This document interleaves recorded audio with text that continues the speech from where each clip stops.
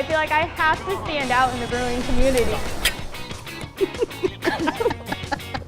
You think I'm joking. I'm not. It's gorgeous. breathtaking. And it might be the only one of its kind in these United States. Don't let gender norms in jobs stop you from doing something.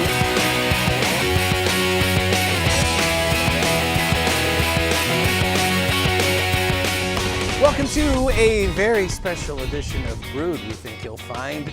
It's International Women's Month, and we are celebrating women in craft brewing. And no better two women to start the show off with than Laney and Ashely here at Peachtree Brewing in Knoxville, which I understand the locals just call it the tree. Totally. They don't. It's just something. Totally not. That's something that I just read on an ad in the men's room, and you wouldn't know that because you're not allowed to go into the men's room. No. There are still some things that women can't do, but brewing certainly is not one of those things. Let's get started with what it is that you do, because I know you both have very different roles here at Peachtree. I am the packaging supervisor here. I am in charge of all things canning and kegging, basically anything to do with packaging and getting beer out the door. I was doing a little research. For the first 7,000 years that beer was made, it was almost exclusively made by women. The entire industry, Really? it was all women. And it wasn't until about 150 years ago with industrialization and commercialization that men kind of took things over and kicked women out. Now here at Peachtree, of course, from day one, literally from the very second this place opened, it was the only, and the number one, it was the only 100% female-owned brewery in the state of Iowa. How important is that, I guess, not even as an employee, but as just someone who's a fan of craft beer, to know that there's a place where women are calling the shots? I think that's very important, especially in today's world. I mean, I think it And just in shows this little girls industry- too, like, hey, you can be in charge and you can help run a business that's gonna keep going for a decade plus, and you're gonna help other people to get jobs and have them start a different kind of career. Because I honestly didn't have any idea really what craft beer was before I came into this business.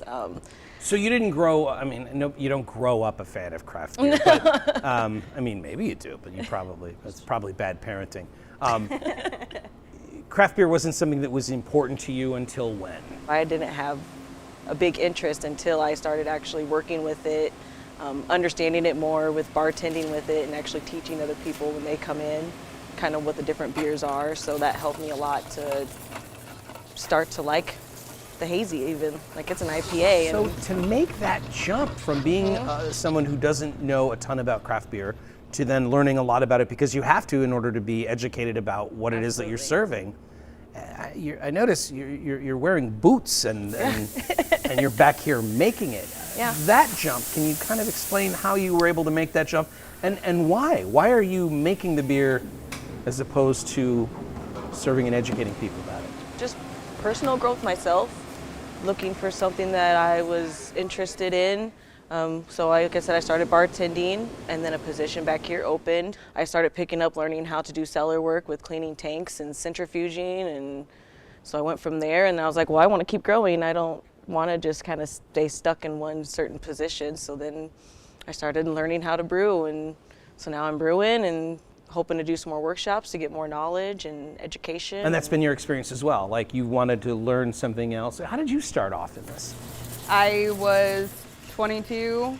I had just moved in with my now husband. We had bills to pay. I had a couple waitressing jobs, and I seen a position open up at a brewery, and it sounded like fun, so I applied, and here I am 5 years later. So the plan wasn't, you didn't grow up with the dream as a little girl. Nope. Someday. You didn't have like Barbie Brewery where the not. dream brewery, that's probably not a thing. But then you started the job here and just kind of fell in love with it. Absolutely love it. Yep. Like I said, I started 5 years ago.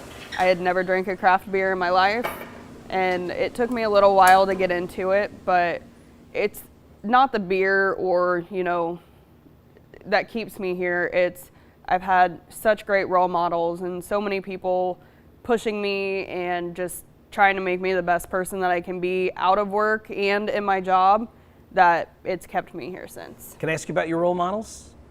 Megan for sure. Yeah, I think definitely Megan. It's a huge role model. I mean, she did it first here. I mean, that's hard not to have that be your role model, right? I don't know how many times I've said, Megan, I can't, and she said, yes, you can, and we're gonna find a way to make it happen. Normally when we are lucky enough to go behind the scenes at breweries, we tend to meet a lot of guys who look like me, right? Like dumpy, middle-aged, bearded, white dudes, kind of run the industry. As far as being a woman, and I imagine also as an African American, do you feel any added extra pressure, or does that drive you to maybe go for maybe higher challenges? I think it's a little bit of both. I feel like it's like natural pressure, right? Because like no matter what, you want to do great and you want to be better, your best self. So I think there's the pressure there. When it comes to being a woman in like a more male industry, I'm used to that. Like I said, I worked production for a few years, so I'm kind of used to being, one of only so many women in an industry with a whole bunch of men. So I don't feel the pressure when it comes to that.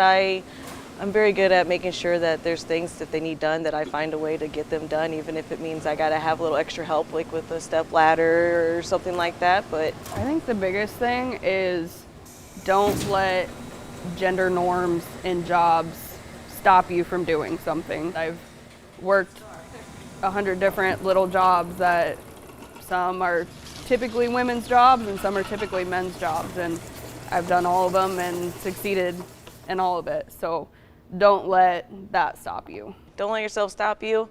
Don't tell yourself you can't. Tell yourself that you can. Tell yourself maybe right now, but I will. Ladies, I can't thank you enough for your time and your talents. Keep up the great work. Keep doing what you're doing. And cheers. Cheers. Cheers. Oh, we should have did what we do though, our rule. Do we your have rule. a rule here. What's the rule? Every time you cheer someone, you have to awkwardly stare them in the eyes.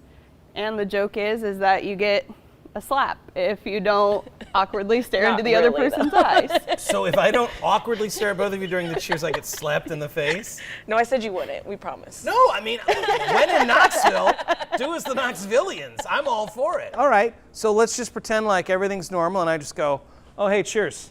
Cheers. You're supposed to look at one and then the other. Please don't slap me, I'm new. This needs to be something we take beyond the borders of Knoxville. That's killer.